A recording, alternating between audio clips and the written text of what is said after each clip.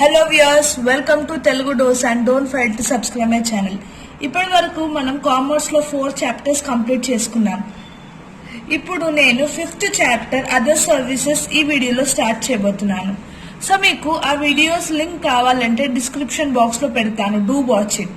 మీకు ఇంకేమన్నా లెసన్స్ గురించి కానీ ఆన్సర్స్ గురించి కానీ డౌట్ ఉంటే you can comment. So without any further delay let's begin.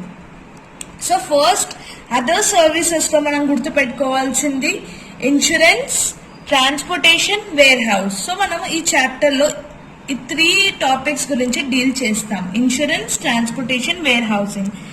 So first మనం ఇన్సూరెన్స్ అంటే ఏంటో తెలుసుకుందాం. It is a provision which a provident man makes against ఏదన్నా అన్వాంటెడ్ అవసరం లేనిది కానీ ఏదైనా హార్మ్ అవుతుంది అని హ్యాపెనింగ్ అని తెలిస్తే మనం ముందుగానే దాన్ని ప్రొవిడెంట్ చేసుకోవడం. సో ఇప్పుడు మనకు లైఫ్ కోసం లైఫ్ ఇన్సూరెన్స్ కానీ ఒకవేళ యాక్సిడెంట్ అయితే దానికి ముందుగానే మనం దాన్ని బైక్ కానీ మన కార్స్ కి కానీ ఇన్సూరెన్స్ చేసుకున్నాం.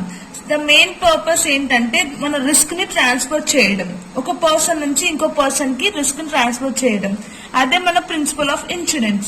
సో కొన్ని మనకు 7 ప్రిన్సిపల్స్ ఉన్నాయి. దాంట్లో ఫస్ట్ మనం వచ్చేసి out most good faith.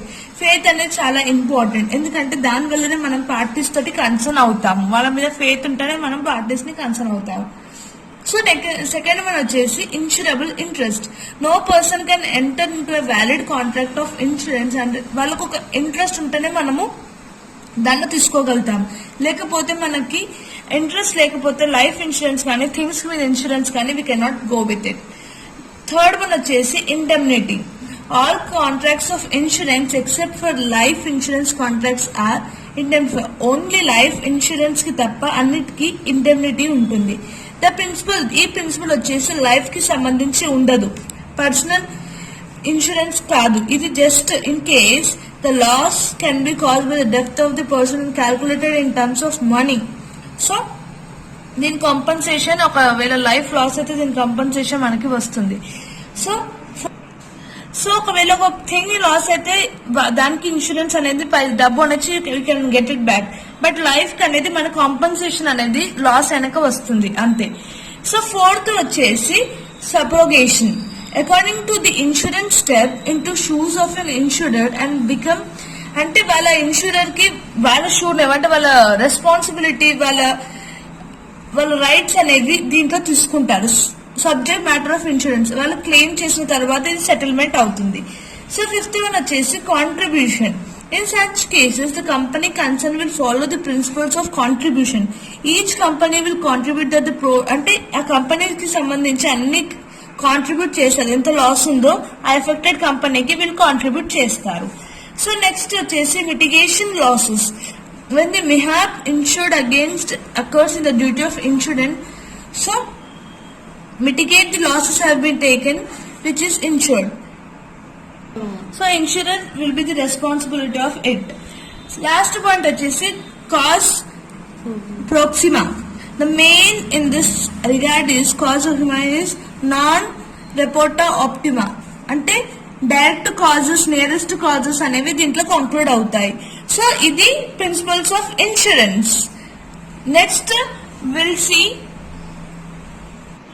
So functions of insurance చూద్దాం. మీకు ఫస్ట్ ఏ ఆన్సర్ వచ్చినా ఫస్ట్ దాని డెఫినేషన్ రాసినాక దాని ఫంక్షన్స్ అన్న క్యారెక్టరిస్టిక్స్ అన్న రాయండి, so that you score more marks.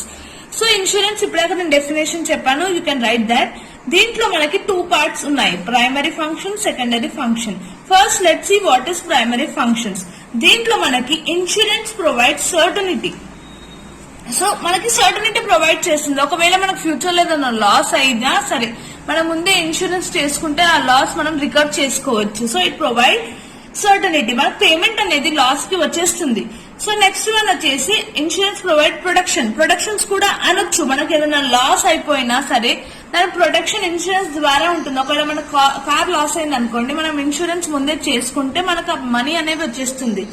Third one వచ్చేసి రిస్క్ షేరింగ్. ఒకవేళ రిస్క్ మనకి ఇన్సూరెన్స్ చేసుకోకపోతే ఆ రిస్క్ మన మీదే ఉంటుంది, ఇన్సూరెన్స్ చేసుకుంటే ఆ రిస్క్ షేరింగ్ అవుతుంది ఇన్సూరెన్స్ డిపార్ట్మెంట్ తోటి. సో ఫస్ట్ ప్రైమరీ ఫంక్షన్స్ వచ్చేసి ఇవి 3. నెక్స్ట్ సెకండరీ ఫంక్షన్ వచ్చేసి ఇట్ ప్రివెంట్స్ లాస్. సో మనకి లాస్ షేరింగే కాకుండా మనకి ప్రివెంట్స్ కూడా అవుతుంది. మనం the insurance joints hands with those institution who are engaged in preventing loss of assured. అంటే వాళ్ళకి లాస్ కి అష్యూరెన్స్ ముందే మనకి ఇన్సూరెన్స్ ద్వారా ప్రీమియమ్స్ ఉంటాయి. సెకండ్ పాయింట్ వచ్చేసి ప్రొవైడ్స్ క్యాపిటల్. ఒకవేళ మనకి ప్రొడక్షన్ ఛానల్లో క్యాపిటల్ అవసరం అయితే it provides capital for us.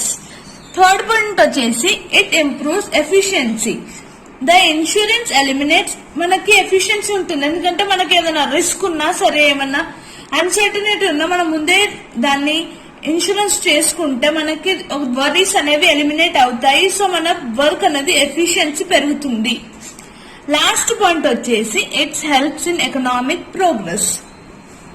So the insurance by providing the society from huge losses of damage. మనకి డ్యామేజ్ నుంచి ప్రొటెక్ట్ చేస్తుంది.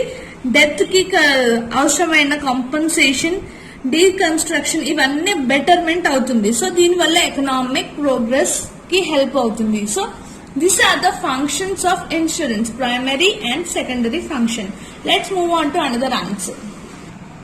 సో ఇప్పుడు మనం merits and demerits of road transport చూద్దాం. ద ఫస్ట్, ఒకవేళ మీకు అడ్వాంటేజెస్ డిసడ్వాంటేజెస్ అనే you can write the same answer. First merit వచ్చేసి చీప్నెస్. సో మనకి ఈ రోడ్ ట్రాన్స్పోర్టేషన్ వల్ల ముందు మనకి అనిమల్స్ ఇవన్నీతోటే అవుతుండే, బట్ ఇంకా driven man driver, motor driver transport ఇవన్నీ కంపేర్ చేస్తే మనకి రోడ్ ట్రాన్స్పోర్టేషన్ అనేది చీపెస్ట్ ఫామ్ లో వస్తుంది. సెకండ్ వన్ వచ్చేసి సేఫ్టీ. డ్యామేజ్ డ్యూ టు, ఒకవేళ మనకి ఒక డ్యామేజ్ గూడ్స్ హ్యాండ్లింగ్ వల్ల కానీ దీని వల్ల అవుతుంది. సో రోడ్ ట్రాన్స్పోర్టేషన్ వల్ల సేఫ్టీ అనేది one of the merit. Third point వచ్చేసి ఫ్లెక్సిబిలిటీ. దీనివల్ల ఫ్లెక్సిబిలిటీ ఇంక్రీజ్ అయింది, ఎందుకంటే ఒక గూడ్స్ ఇంకొక గూడ్స్ ఇప్పుడు మనకి సపోజ్ ఆన్లైన్ బిజినెస్ చూసుకుంటే మనకి ఈజీగా డెలివరీ అనేది దానివల్ల అవుతుంది because of road transport. So flexibility కూడా ఇంక్రీజ్ అయింది. These are the 3 advantages of road transportation. So ఇప్పుడు డిసడ్వాంటేజెస్ చూద్దాం. Irregular operation. Most of transporting system operating on roads are not coordinated. So coordinations కూడా ఉండలేదు. కొన్ని ట్రాన్స్పోర్ట్ ఇల్లీగల్ అవుతుంది, legal గా అవుతుంది. సో కోఆర్డినేషన్, ఆపరేషన్ లో కోఆర్డినేషన్ కూడా ల్యాక్ అయ్యింది. సెకండ్ పాయింట్ వచ్చేసి limited carrying capacity. So limited load carrying capacity is one of the drawback of, అంటే ఇప్పుడు రోడ్ ట్రాన్స్పోర్టేషన్ లో మనకి ఏదైనా ట్రాన్స్పోర్ట్ అంటే లిమిటెడ్ గానే గూడ్స్ ట్రాన్స్పోర్ట్ చేయాలి. మిగతా అన్ని మనకి వాటర్ వేస్ లో కానీ మిగతా వేస్ లో కానీ వెళ్తున్నాయి, బట్ దీంట్లో వచ్చేసి లిమిటెడ్ గా ఉన్నాయి సోర్సెస్ క్యారింగ్ వి. థర్డ్ వచ్చేసి slow speed and essential element లో వచ్చేసి కెపాసిటీది ఇంకా స్పీడ్ అనేది లిమిటెడ్ లో ఉంటుంది.